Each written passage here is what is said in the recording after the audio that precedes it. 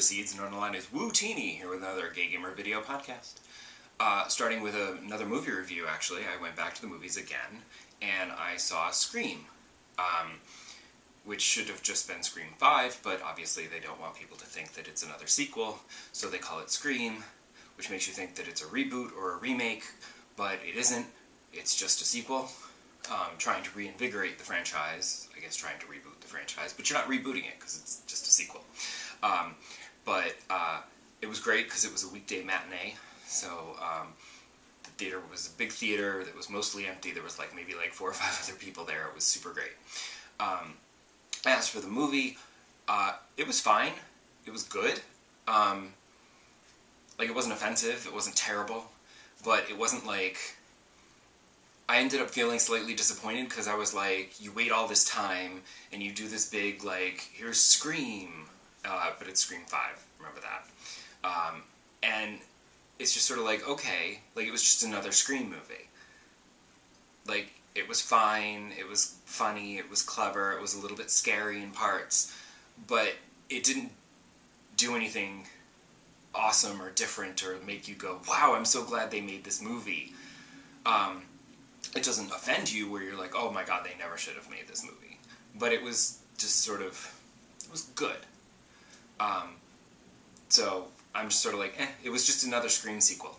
So I'm just sort of okay, whatever. And, it's the same as all the others. Ghostface is killing people, and you have to figure out who Ghostface is before he kills you, or she kills you. And the problem is that you can't figure it out as an audience member because they never give you any actual clues. So it's not a proper whodunit. You just sort of have to enjoy the ride until the end when they give you a reveal and go, this is who it is, and this is why they're doing it, and this is why they're killing people, and you're just sort of okay. And this one was a little bit sort of okay. But, it's not bad. Go see it. It was fine. But I can't be oh, rush out and see it. I didn't feel that great about it, even though I know a lot of people who really loved it. And as for gaming this week, I did not do a whole lot of gaming, because this past week I discovered that the company that I work for has been sold to another company, a big, large conglomerate company. So it doesn't happen until February, and then it can take 90 days before the transition finishes, and so we're all just sort of no one knows what's happening. So we don't know if we're going to have a job, we don't know what that job's going to be like, we don't know what it's going to be like working for this new company. So I wasn't really in the mood for playing games. I ended up watching some movies instead. In retrospect, I could have probably put on No Man's Sky because that's usually pretty chill, and I can enjoy walking around a beautiful planet and interacting with some creatures, and it's very zen, and I can go, ah. But I didn't want to play Guardians of the Galaxy because, well, it's gotten a little frustrating, to be honest. I've reached what I think is about the halfway point, and I'm a little concerned because it's getting really difficult. And it's not even oh, this boss is difficult. It's just these battles that you need to survive to get to the next chapter, or the next scene in the chapter that you're already in, not even the next chapter. The battles are getting a little bit difficult for me. I've said this before when talking about Guardians of the Galaxy, that one of my complaints is that the battles get very chaotic. There's a lot going on. There's a lot of enemies, and you have to fight while avoiding their attacks, while also telling the other Guardians what to do with Guardians mode and how to use their special abilities, because if you don't, you'll never win, because they'll fight, but they're not going to really fight, and you need to use their special abilities to help get the battle won.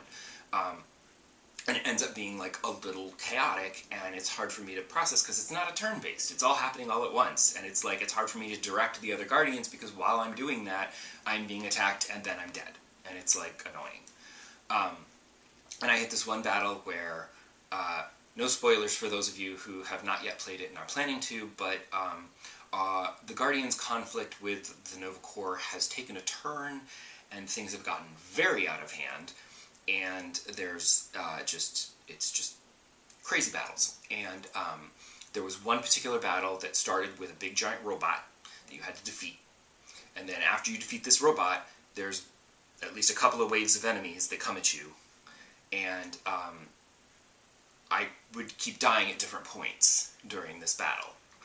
And sometimes I tried again, and then I couldn't get the robot defeated before the waves of enemies started coming in, and then it was just a complete lost cause. But it was getting me so frustrated that I was like, argh! And I finally gave up, and I went into the difficulty settings. I didn't lower the difficulty, but I did go in, and there's multiple difficulty settings, one of which is to decrease the damage done to you by enemies, and I switched that from medium to low, because that way I was able to survive long enough to fight back and win the battle. And then as soon as that battle was over, I switched it back up to medium so that we're back to normal difficulty again. But it did make me appreciate this and any other game that allows you to adjust difficulty on the fly, because I always get scared of games that are like, pick a difficulty and then you're stuck with it for the duration. So pick a good one. And I always want to play on normal, because if you play on easy, it's too easy. But then you play on normal, and then occasionally there's a boss, or towards the end the difficulty spikes, and then it's like, I can't finish this game because it's just too hard. Sorry. So I always appreciate when they allow you to adjust the difficulty on the fly. And I especially appreciate games like this that allow you to tweak various difficulty sliders. Like there's a whole bunch of stuff where you can change it. It's like with Control, where I was able to get past some bosses by lowering the amount of damage they were doing to me. Because that's all I need. I just need to be able to survive long enough to put up a fight. Because otherwise I just die too quickly, because I can't avoid the attacks. I'm not good at dodging, as I mentioned in the last episode. So I will hopefully not have to do it again, but I am concerned that halfway through the battles are starting to get chaotic enough that I'm like, and I don't seem to be able to upgrade my shields any further than I already have, or my health, so I'm like, I don't know, I need to be able to upgrade a little more, or else it's going to get even harder for the end of the game. So I will probably be tweaking some more difficulty sliders, especially there's one that lets you slow down time more during Guardians mode, so that when you're trying to select an enemy and tell the other Guardians what to do, time can slow down some, and I think that would be extremely helpful for me as a player, so it would be less chaotic, and I can take a moment to say, okay, now I want you to use this ability on that guy, and you to use this ability on that guy, because now I'm starting to unlock additional abilities for the other Guardians, so now there's two things that they can do, and now I'm like, oh, but which one would be best in this situation, because when it's all just happening, I'm just button mashing, and then sometimes I'm like, oh, I should have used this power instead of that power, and then it would have maybe helped more. I don't know. But yeah.